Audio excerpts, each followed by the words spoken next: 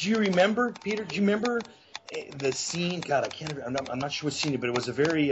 You played the scene very, sensual. Should I say with Dean? Do you remember that scene, Dean? But we shot Dean. We shot you first, Dean, because we knew what Peter was going to do, and we didn't want you to know. So we shot your reactions and your part of it, your coverage, Dean, first, and Peter played it more subtle. And then when we actually shot Peter, then Peter really, got a little more sexual with you, and you were, good thing we did it in that order. Do you remember that? Okay. How sexual did I get? I mean, what scene are you talking about? I blacked that all out, I tell you. No physicality. Just the way you approached it and the manners and and how you spoke. That probably was that same bedroom scene. It might have been. Yeah, it probably was. Although there was something on the couch too. And, yeah. And well, what the whole point was, I was trying to use the werewolf mythology to really talk about carnality and how appealing carnality is, just like, in terms of whether it's eating or sex or just that sort of glorying in the physical. And so I know some of it, somebody was saying the other day that they couldn't stand to watch some of the Hunt Club scenes because they were just so like graphic or something. I don't know. Well, the one scene with Von Zell eating in the cave. Yeah. So, Dean, what was your favorite scenes or scenes? I would have to say, it's a bit of a cop-out, but I'd have to say the opera. I mean, it was fun doing it. It was part of it was kind of silly, and I knew I was just kind of running around being silly. But when I watched it later in a click-through on YouTube, I mean, it really looked cool. I mean, it really did, and that was fun. And it's the only time I've been to Seattle, so that was fun too. I have so many different scenes that I like, so many different areas that I like. I have to try to recall them all, but I love the Hunt Club stuff. I love the stuff between Peter and Dean, where it was probably the most intense, as far as character goes between those two. I like the movement we had in the opera scene and how we were able to move the camera in that scene and the beautiful music that Robert had done. And I also like the transformation scene when Peter turned into the wolf and having to jump down, and how we had to. I don't know if you guys remember how we had to try to pull that off, because remember we couldn't move the camera. So he'd jump in frame about 2 feet, but we make it look like he's going 10 feet down coming into frame. So there was a lot of cool stuff done with that. And then the wolves too, having those wolves there, and that was some interesting stuff with, that. So there's just so many, I was going to ask you about that, what it was like working with you. So we had real wolves on the set. Was that for the, I was trying to remember where it was. Was that the scene where Grace is running in the woods in the snow? No, that was actually footage. Those wolves were actually footage. The real wolves, we had wolves brought in on the blue screen for the zoo, Klingman in the zoo, and we would intercut that. We even for the climactic scene, we got the wolves. We would take a piece of meat. We would chain a wolf to the floor first, a real wolf, put a harness around him, chain him to the floor. I mean, they would literally drilled in 3 feet deep with a chain to hold them back. Then the trainer would take a piece of meat underneath hidden, and then lift it up, and the wolf would go crazy and snarl. And that's how we got shots. That was the wolf snarling when you had to play the game and try to shoot the wolf. But we had the wolves, all that zoo stuff. Those were real wolves they had. So we had trainers and several wolves on the set. Were there any other animals on the set? I couldn't remember if there were horses at some point. Well, there was. Gosh, there was. Was there on the set? I mean, there was dove. There was the dove, right? There was the dove. Remember the dove? That didn't want to the dove that didn't want to cooperate. Remember that one?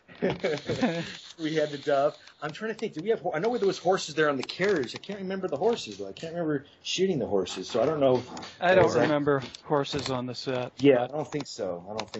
I think that dream sequence with Grace in the woods with Big Fool's up in the carriage and all that that turned out really well. And then Dean, I love that scene with you when you're screaming at Grace down in the basement of the theater. I don't know why. Well, thank you. I don't really remember. The one you're screaming at Grace. Yeah. I remember the transfer. Well, I remember you were suffering from werewolfdom at that point, so you were very irritable. It was like PMW. Yeah. It's understandable, Yeah. Well, those are some fun scenes. You did a good job. That was tiring for you, Gene. Remember the transformation when you were in there on the couch and rolling around in pain, having to do that 20 times, falling on the floor. Yeah. But I also really liked the location outside, because that was my first time in this area, and we became friends actually with Richard Rainsford, who played Baron von Zell, and he was a very good skier. So he was taking me water skiing, and then I think on the set people were laughing that barons went water skiing. Wait a second. When did you have time to go water skiing? On the weekend. I'm just kidding. But it was beautiful out there. I was going to say, that was shot in Oakhurst, California, which was up in the mountains where Sierra was.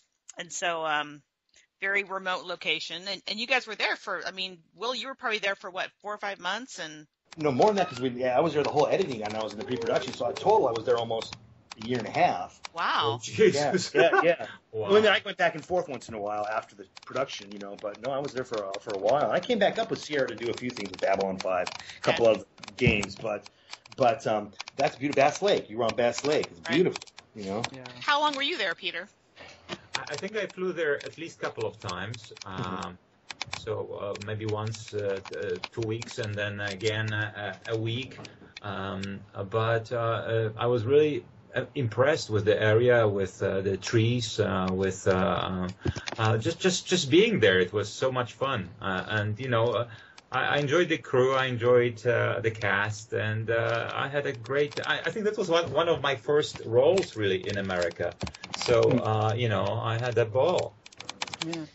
And how long were you there, Dean? I think I was there for about 3.5 months, and you guys were great about putting me up in a cabin overlooking Bass Lake, and it, like Peter said, is just a beautiful part of the country, and it was.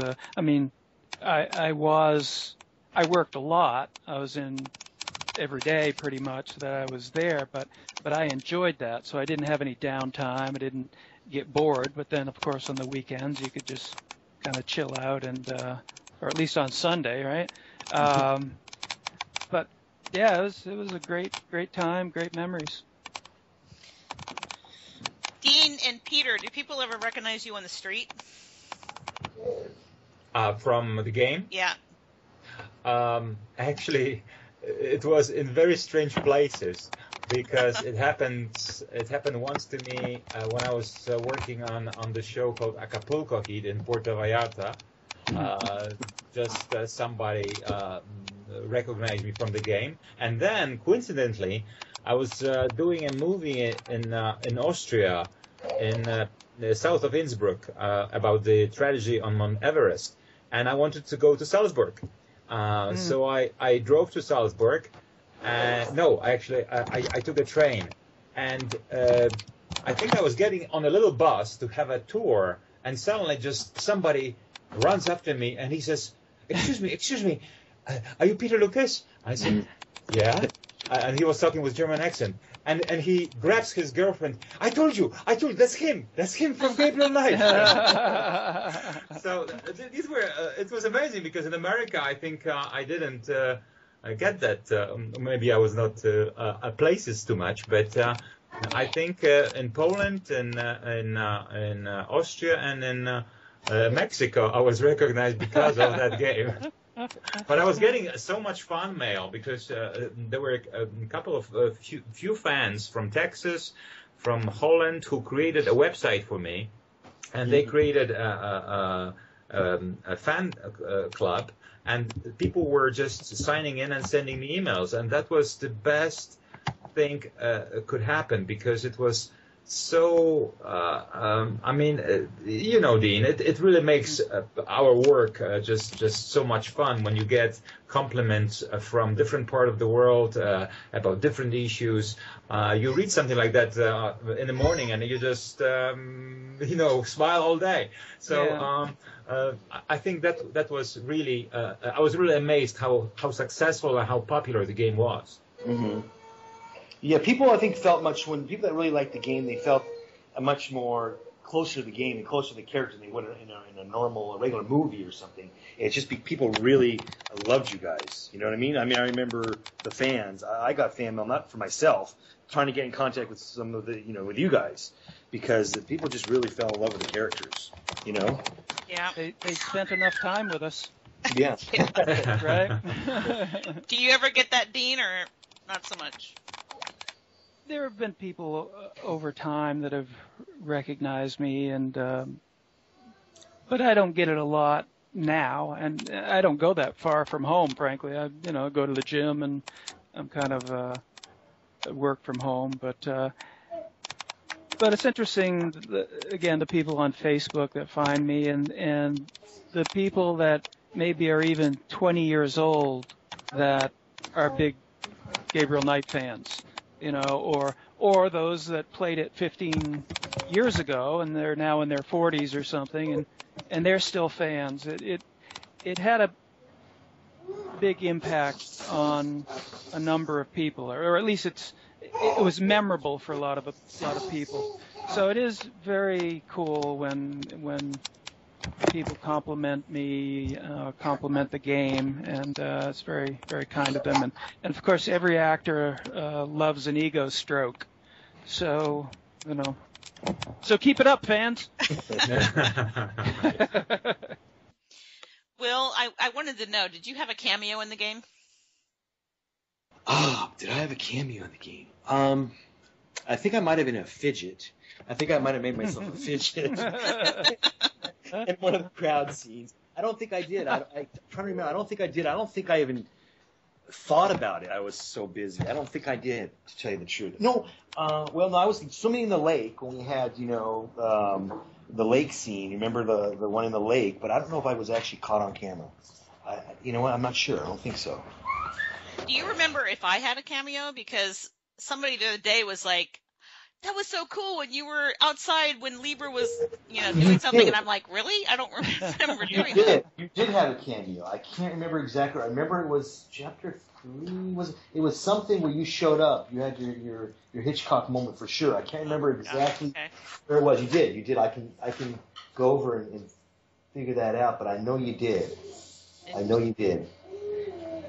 So, what do you think about Will? Since you're a film director, what do you think of how FMV sort of came and went in the industry, and do you think there's place for it in the future?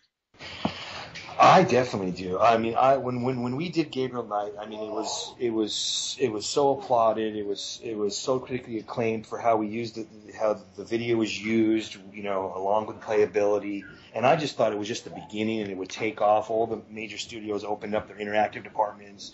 Sony, you know, Warner Brothers, everyone was gung-ho on it. And then all of a sudden, everything became multiplayer online type of games, and it just went away. I mean, virtually.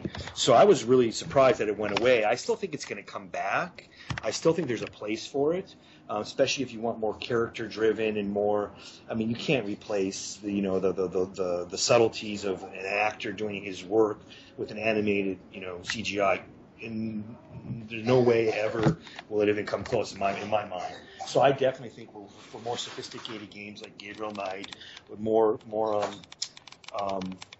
character-oriented pieces, I think there's definitely a place for it. And I'm surprised it hasn't been done. And I'm waiting for the next Gabriel Knight.